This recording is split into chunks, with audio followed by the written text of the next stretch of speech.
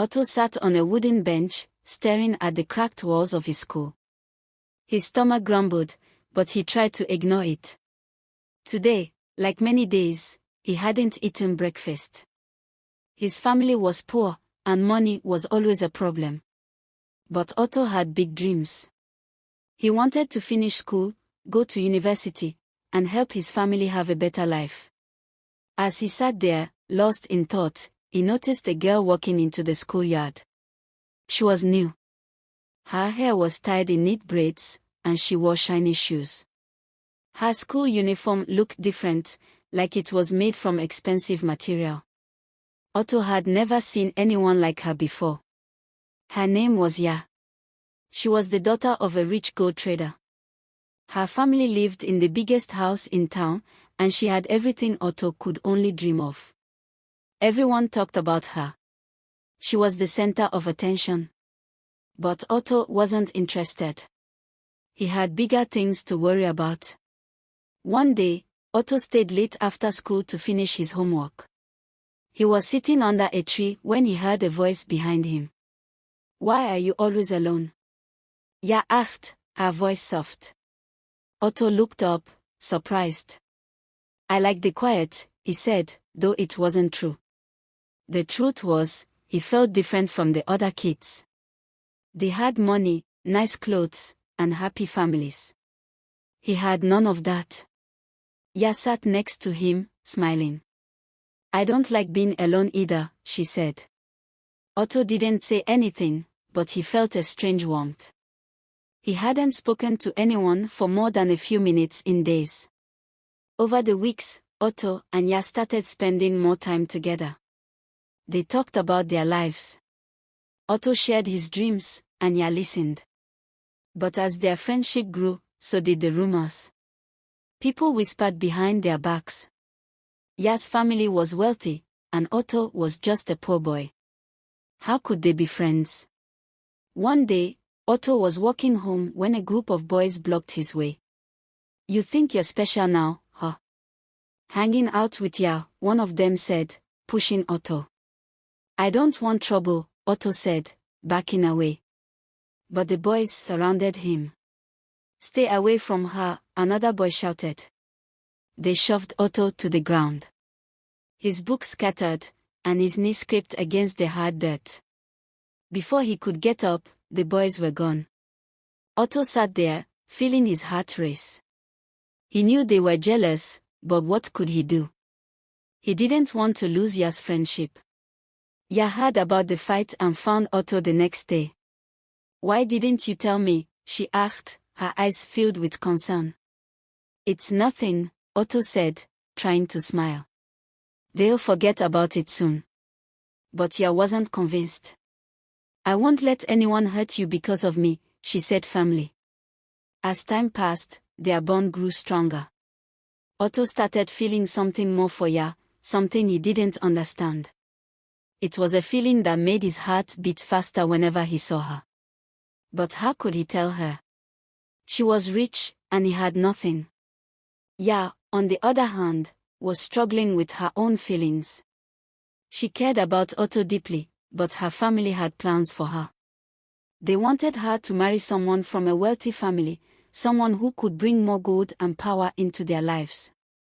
One evening, Otto received an unexpected letter. It was from Yaa's father.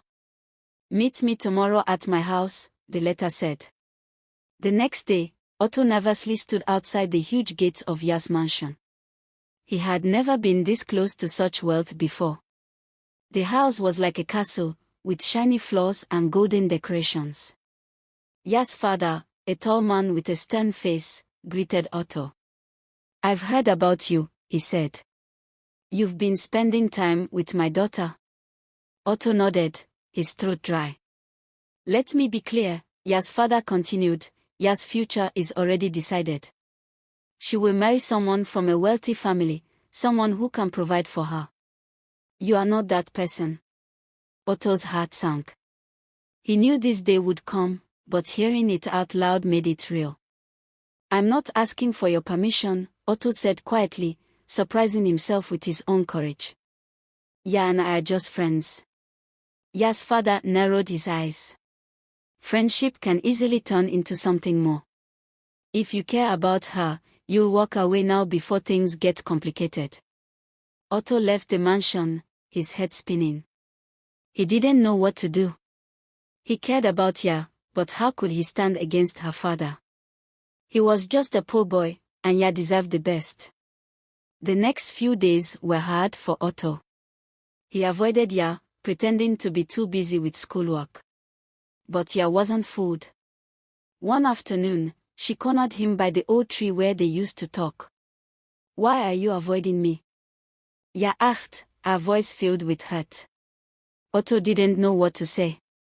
He looked away, unable to meet her eyes. "Your father, he told me to stay away from you," he finally said. Yaa's face hardened. "So you're going to listen to him? You're just going to walk away?" "I don't have a choice," Otto said. "You have a future, Yaa. A bright one. You don't need someone like me holding you back." "You're not holding me back," Yaa said, her voice breaking. "You make me happy, Otto. Isn't that enough?" Otto felt his heart twist. He wanted to say yes. He wanted to tell her that she made him happy too. But how could he? He had nothing to offer her. Days passed, and Otto tried to focus on school, but his heart wasn't in it. He missed Yaa. He missed their talks, their laughter, the way she made him feel like he mattered. But he knew he had to let her go. Yaa, on the other hand, was determined. She wasn't going to let her father control her future. One evening, she snuck out of her house and found Otto sitting alone by the tree where they had shared so many memories. "I'm not giving up on us," Yaa said, her eyes fierce. "I don't care what my father says. I don't care about the money or the future he has planned for me. I care about you, Otto." Otto looked at her, his heart pounding. "Yaa, you deserve better. You deserve someone who can give you the world." "You are my world," Yaa whispered. For the first time in weeks, Otto smiled. Maybe, just maybe, they could find a way to be together. But their happiness was short-lived. Yaa's father soon found out about their secret meetings, and he was furious. He threatened to send Yaa away to a boarding school far from town. Otto's heart sank. How could they fight against something so powerful? Yaa was determined not to give up, but as the days went by, it became harder. Her father's control over her life was suffocating. Otto, too, was torn. He wanted to fight for Yaa, but he knew the risks. What if he lost everything? What if Yaa was taken away from him forever? One day, Yaa's father made an announcement. He had arranged for Yaa to marry the son of another wealthy family. The wedding would be in a few months. Otto's world came crashing down. He had lost Yaa. He had lost everything. But Yaa wasn't ready to give up. She had one final plan, one final chance to be with Otto. The night before her engagement party, Yaa snuck out of her house once again. She found Otto waiting for her by the tree. "I can't do this," Yaa said, her voice trembling. "I can't marry someone I don't love." Otto looked at her, his heart breaking. "What are we going to do?" Yaa smiled, her eyes filled with determination. "We are going to run away." Otto's heart raced. Could they really do it? Could they escape this life and find happiness together? As they stood under the stars, holding each other tight, Otto knew one thing for sure: no matter what happened next, he would always choose Yaa. Because sometimes, love was worth more than gold. With the decision made, Otto and Yaa began planning their escape. They had to be smart about it. Yaa's father was powerful and would stop at nothing to bring her back. Otto's heart pounded as he imagined what life would be like if they ran away. It was risky, but it was their only chance at happiness. The next day, Otto met Yaa after school near the market.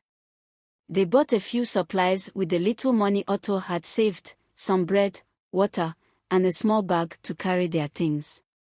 Yaa had managed to sneak a few coins from her father's study, but they knew it wouldn't last long. "Are you sure about this?" Ato asked, looking into Yaa's eyes. He could see her determination, but he also saw a flicker of fear. "I'm sure," Yaa replied firmly. "I can't live a life where I have no say in my future. We'll figure it out together." That night, they were ready. Yaa had packed a small suitcase, and Ato had his school bag slung over his shoulder.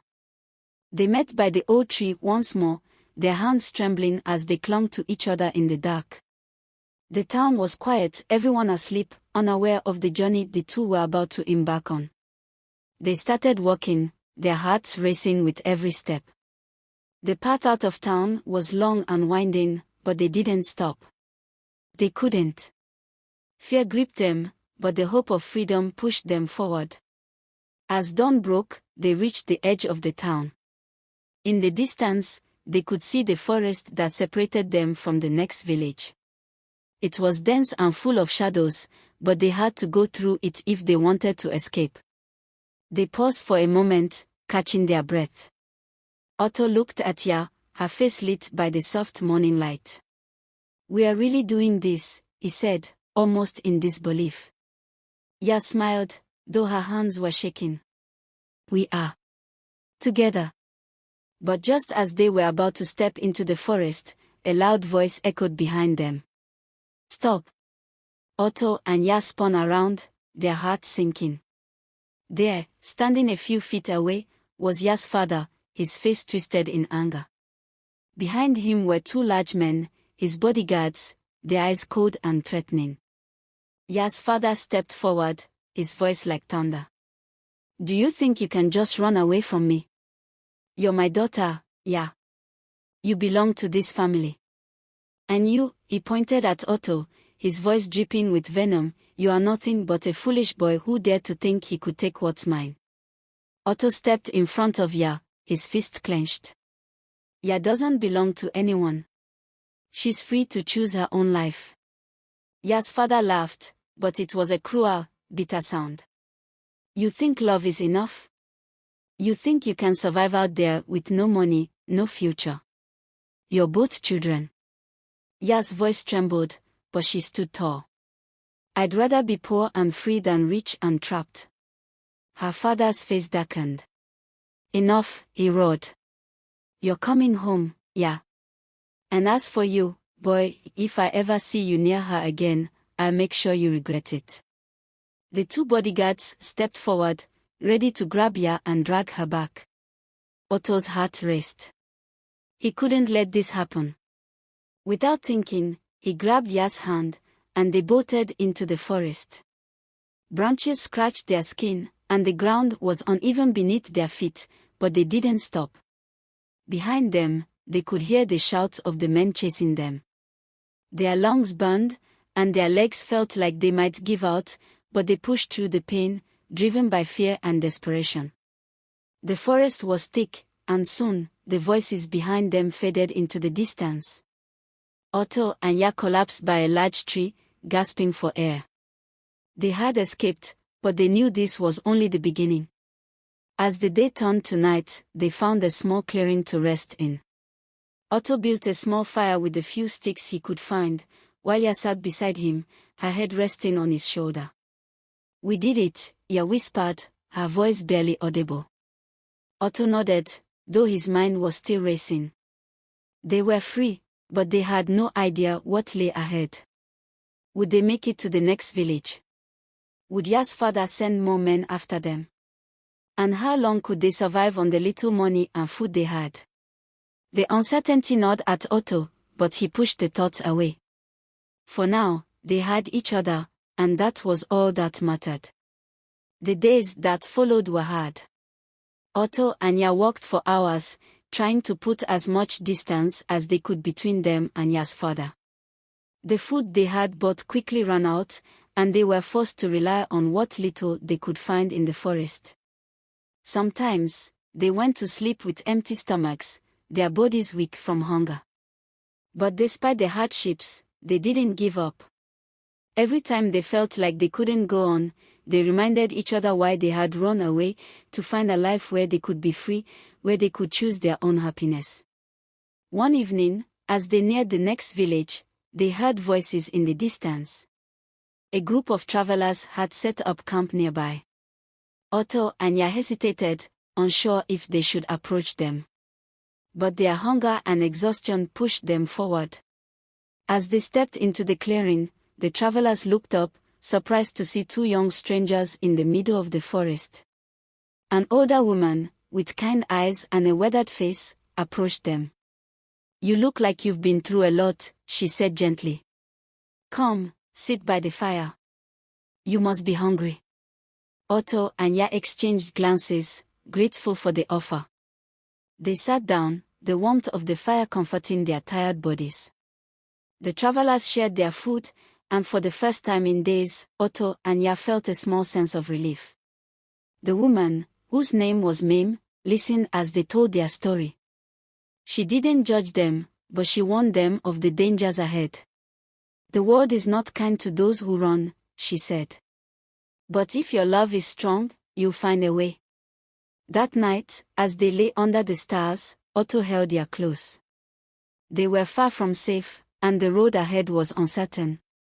But for now, in this moment, they had each other. And that was enough. The next morning, Mame gave them directions to the next village, where they could find work and start a new life. But as Ato and Yaa prepared to leave, they heard something that made their hearts stop. A loud voice echoed through the trees. "They are here. Find them." Yaa's father had found them once again. Panic surged through Ato and Yaa as the sound of men shouting grew closer. The peaceful campfire setting turned into a chaotic scramble. The travelers looked confused, but Mame quickly understood what was happening. She grabbed Otto's arm and pulled him and Yaa toward the edge of the camp. "Hurry!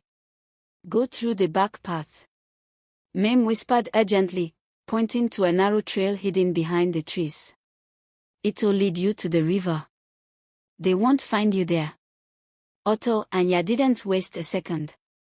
They sprinted down the path, their hearts pounding louder with every step.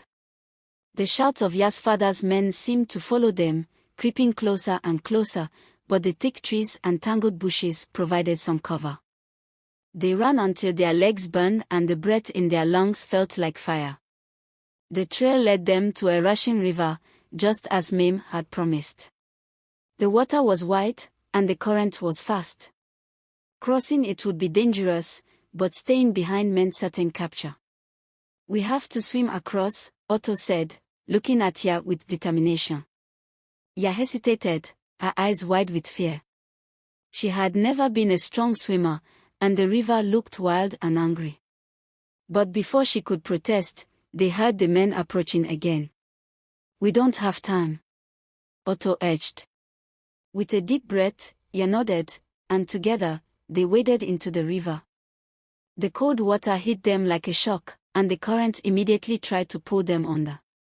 Ato grabbed Yaa's hand tightly, refusing to let go as they fought the water with every ounce of strength they had.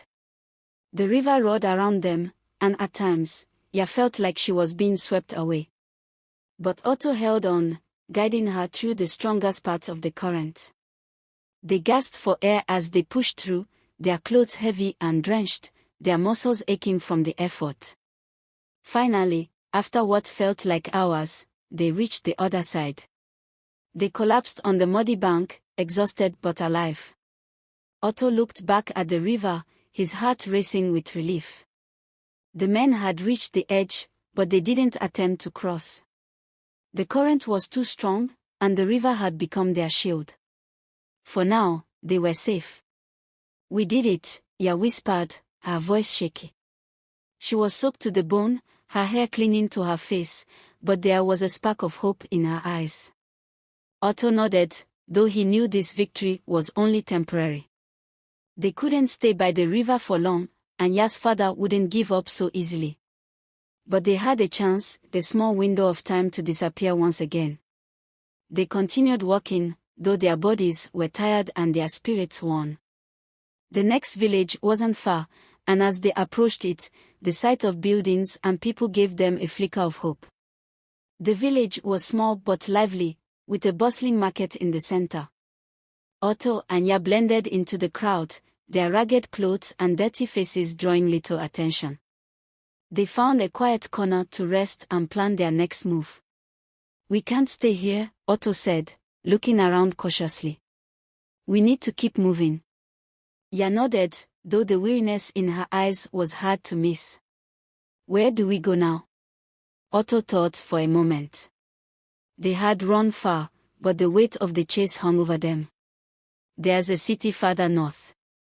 I've heard it's big, with lots of people. It will be harder for your father to find us there."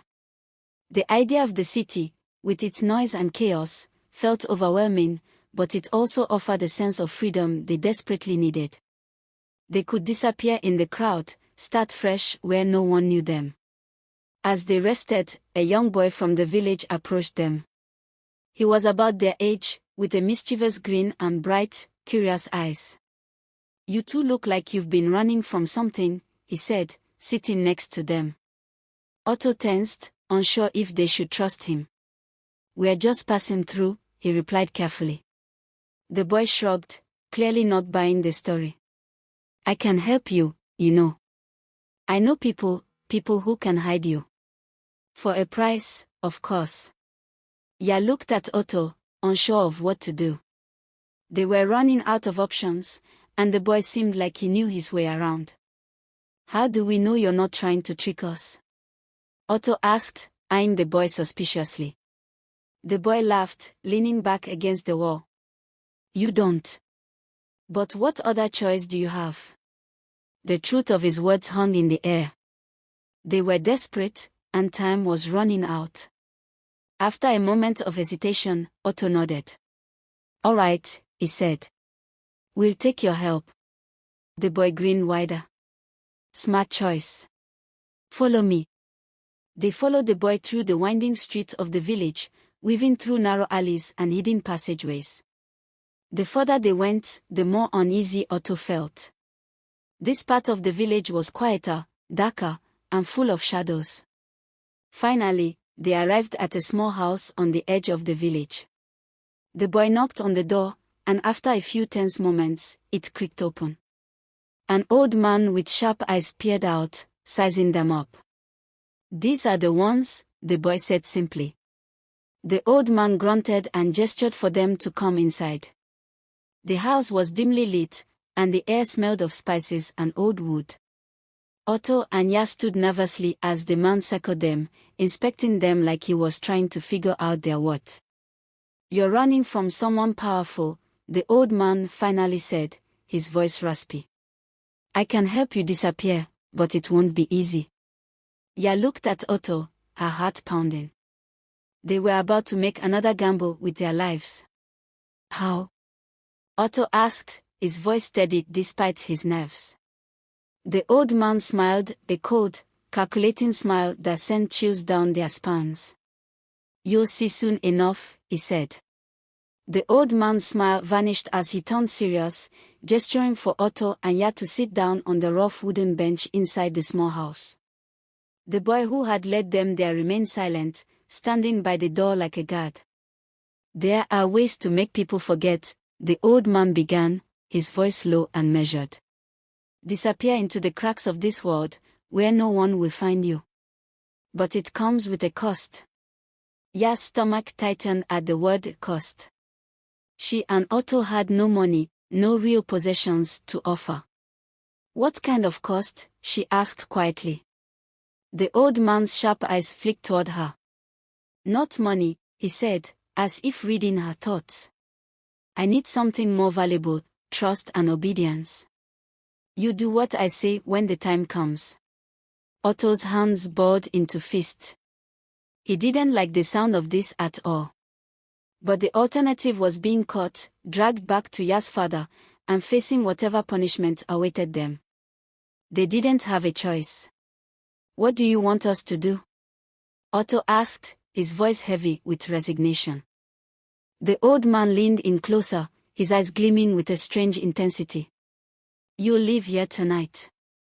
I'll give you a place to stay for a few days, a safe house where no one will look for you. But after that, you'll owe me. I may call on you to deliver messages, retrieve items, or handle certain situations. You understand? Otto nodded slowly. He didn't trust the old man, but they were trapped. Yaa's grip tightened around Otto's hand, her silent signal that she would follow whatever decision he made. All right, Otto said finally. We agree. The old man grinned again, his teeth yellowed and sharp. He stood and shuffled to a shelf, retrieving a small bottle filled with a thick, dark liquid. He handed it to Otto. Drink this, he said. It will keep you hidden from prying eyes for the next few days. No one will recognize you, even if they look directly at you. Yaa hesitated, staring at the strange potion in Otto's hand. Are you sure we can trust him? She whispered. Otto didn't answer. Instead, he uncorked the bottle, the bitter scent making his nose wrinkle. With one last glance at Yaa, he took a deep breath and drank. The liquid was foul, burning his throat as it went down, but almost immediately, he felt a strange warmth spread through his body. Yaa reluctantly followed his lead, her face twisting in disgust as she swallowed the bitter drink. The old man watched them carefully, nodding as they finished. Good, he said. Now go. The boy will take you to the safe house. Remember, stay there until I send for you. Don't leave for any reason. Otto and Yaa stood, still feeling the effects of the strange potion. The boy motioned for them to follow, and they left the small house, disappearing back into the dark, twisting alleys of the village. The safe house was a crumbling building on the outskirts, barely more than a shack, but it was hidden from sight, nestled behind a thick cluster of trees. Inside, there was little more than a straw mat on the floor and a small table. We'll be safe here, the boy said, his tone less mischievous than before. For now. Yaa and Otto sank to the floor, exhausted from the events of the day. As they rested, the effects of the potion began to settle in. Their bodies felt heavier, as though a thick fog had wrapped around them, but it wasn't unpleasant. In fact, the longer they sat, the more invisible they felt, as if they were fading into the very shadows around them. We're really going to disappear, aren't we? Yaa whispered, her voice soft. Otto nodded. For a little while. But even as they embraced the feeling of safety, Otto couldn't shake the sense that something was still wrong. The old man had helped them, yes, but his price was still looming over them like a dark cloud. What would he ask for in return? And what if they couldn't fulfill his demands? As night fell, Otto and Yaa huddled close together on the straw mat, trying to find comfort in each other's presence. Outside, the village was quiet, but Otto's mind was racing. He knew they couldn't hide forever. The days passed slowly. They stayed hidden in the safe house, venturing out only when the boy brought them food or news from the village. The potion's effect was strong, no one seemed to notice them, even when they briefly stepped outside to stretch their legs. It was as if they truly had become invisible. But one night, after several days of hiding, there was a soft knock on the door. Otto and Yaa froze, their hearts pounding. It's time, the boy said quietly from the other side. The old man is calling on you. Otto opened the door, his stomach twisting in dread. He knew this moment would come, but he wasn't ready. What does he want? Otto asked. The boy shrugged, his face unreadable. He didn't say. Just that it's important, and you need to come quickly. Yaa's hand slipped into Otto's, cold and trembling. They had no choice now. They had made a deal, and it was time to pay up. Together, they followed the boy back through the village, the night air thick with tension. When they reached the old man's house, the door creaked open before they even knocked. The old man stood inside, waiting for them with that same eerie smile on his face. I see you're ready, he said softly, his voice sending chills down their spines. We're here, Otto said, though his voice shook. What do you need us to do? The old man stepped closer, his eyes gleaming in the dim light. You're going to help me steal something, he said, his smile widening. Something very precious. Otto's heart skipped a beat. Otto's pulse quickened, and Yaa's grip tightened on his hand. Stealing something. That wasn't what they had expected. Otto had thought the old man might ask them to deliver a message or do some odd task, not this. What do you want us to steal? Otto asked cautiously, his voice low. The old man's eyes flickered, and for the first time, his smile faltered slightly. There is a powerful family in the nearby city. They have something hidden, something they've stolen from my ancestors. It's a necklace, a beautiful one with a gemstone as blue as the ocean. I need it back, and you two are the only ones who can get it for me. Yaa's heart raced as the old man described the task. She could see the danger in it. Sneaking into the house of a wealthy family, stealing something so valuable, it could cost them their lives. But they had made a deal, and they were bound to it. And what happens if we don't succeed? Otto asked, already knowing the answer but dreading it. The old man's eyes narrowed. Then you'll wish you had never come to me for help. Remember, I've given you the power to hide, but I can just as easily take it away. If you fail, I will make sure you're found. Otto swallowed hard, feeling the weight of the threat. There was no way out of this now. When do we leave? Yaa asked quietly, her voice barely audible. Tonight, the old man said. The family will be celebrating a festival. The house will be distracted, the guards less focused. It's your best chance. Under the cover of darkness, Otto and Yaa made their way to the city with the boy guiding them.